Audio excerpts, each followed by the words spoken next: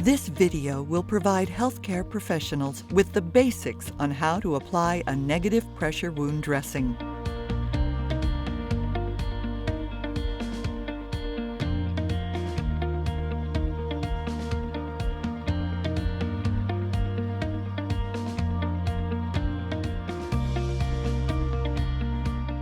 Clean and prep the wound area per your facility protocol.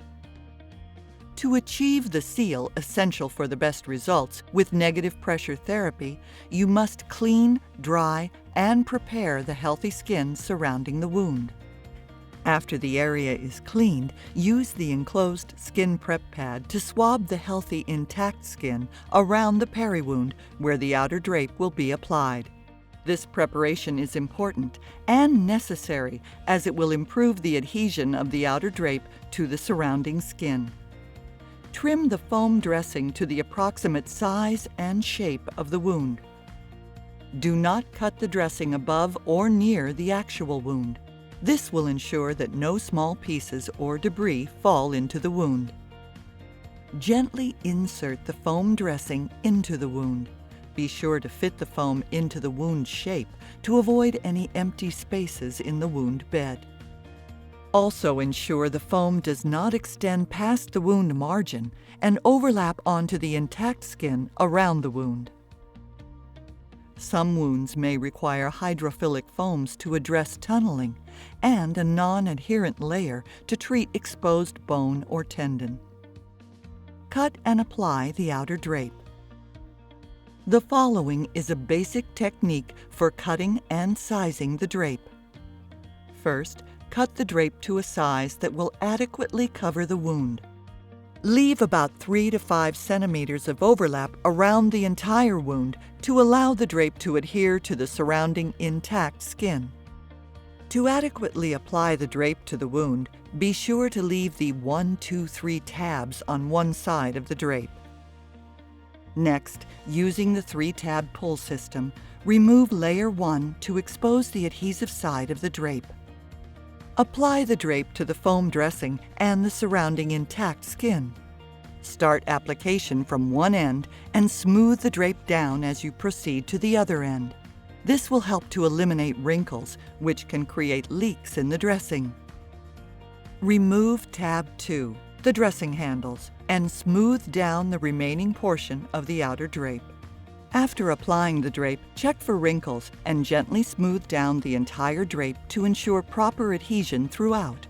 Remove tab 3, the backing or transfer layer, to expose the back of the drape. Again, smooth down the drape thoroughly to eliminate any potential leaks. Cut a hole for exudate removal. Next, cut a small hole in the dressing to allow for exudate removal through the suction bell. Gently pull up the outer drape and cut a dime-sized hole in the drape at the center of the foam dressing. Be sure to remove the piece you cut out to avoid resealing or blockage, which could inhibit the removal of exudate from the wound. Some clinicians prefer cutting the hole in the drape prior to applying it.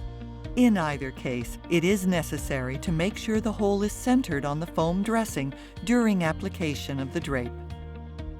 Apply the Stingray suction bell. First, remove the backing layer on the bottom of the Stingray to expose the adhesive. To apply the suction bell to the hole previously cut in the drape, center the Stingray over the opening and smooth down to ensure proper leak-proof adhesion. Connect the canister tubes to the dressing tubes. With our basic series kits, the connection will be a friction fit. With our advanced series kits, the connection will be made with both tubes and our Sure-Lock connectors. You will hear an audible click. With the advanced series kits, be sure the same colors are connected, white to white and black to black. As a final check, smooth down the entire wound dressing and Stingray to ensure a leak-proof dressing. Turn on the Wound Pro control unit to begin negative pressure therapy. The dressing should immediately show the effects of vacuum and shrink to a raisin-like appearance. If you have achieved an optimal secure dressing, the control unit will quickly reach its programmed pressure setting and hold that pressure. Should microleaks occur, the WoundPro is designed to overcome the loss of pressure by periodically cycling to compensate for the leaks. Do not discard extra drape material, as it can be used to help fortify the Stingray connection or reinforce potential leaks that may occur over bony prominences. To relieve stress on the Stingray in the event the tubes are inadvertently pulled during patient movement, tape down the Stingray tubes a few inches away from the wound where feasible. If the WoundPro runs continuously to maintain the vacuum level, check the dressing for leaks and patch them with additional strips of the outer drape. Also check tube connections and that the canister is securely attached. If the situation is not resolved, you will eventually get a vacuum leak alarm. For more information, please consult your owner's manual or call your Pensar medical representative at 800-669-4757.